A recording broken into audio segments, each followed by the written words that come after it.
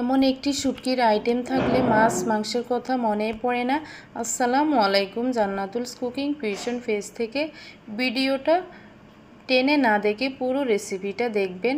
তো এখানে আমি মলাই মাছের শুটকি টেলে নিলাম 1 থেকে 2 মিনিট, এরপরে ভিজিয়ে রাখলাম 1 থেকে 2 মিনিট, ভিজিয়ে রেখে ভালো করে ধুয়ে নিলাম। এখানে একটি আলু কুচি কেটে ধুয়ে নিলাম। এখন চুলায় একটি ফ্রাই প্যান বসিয়ে দিয়ে দিব পরিমাণ মতো সয়াবিন তেল। এখানে রসুন কুচি, পেঁয়াজ কুচি পরিমাণে নিলাম।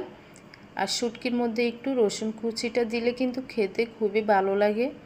আজকে আমি রসুন কুচি দিব।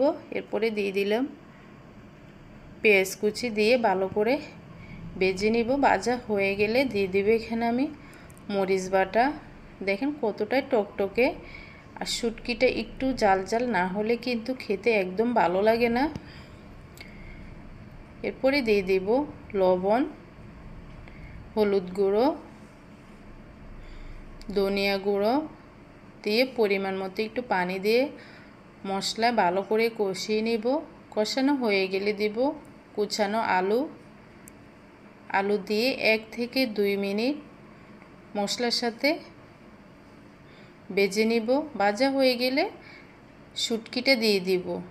শুটকি দিয়ে আবার 1 থেকে 2 মিনিট তেলের উপরে ভেজে নেব।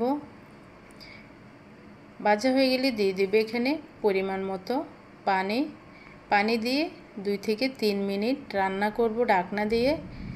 রেসিপিটি ভালো লেগে থাকলে অবশ্যই স্কিপ না করে পুরো রেসিপিটি দেখার অনুরোধ রইল। আর রেসিপিটি ভালো লাগলে অবশ্যই লাইক, ফলো, শেয়ার দিয়ে থাকবেন এবং আমার ইউটিউব চ্যানেলটি সাবস্ক্রাইব করে দিবেন। এখানে আমি দিয়ে দিলাম কাঁচামরিচ স্লাইস করে কাটা, ওটা দেখাইলাম না। এখানে পেঁয়াজ কলি দিলাম।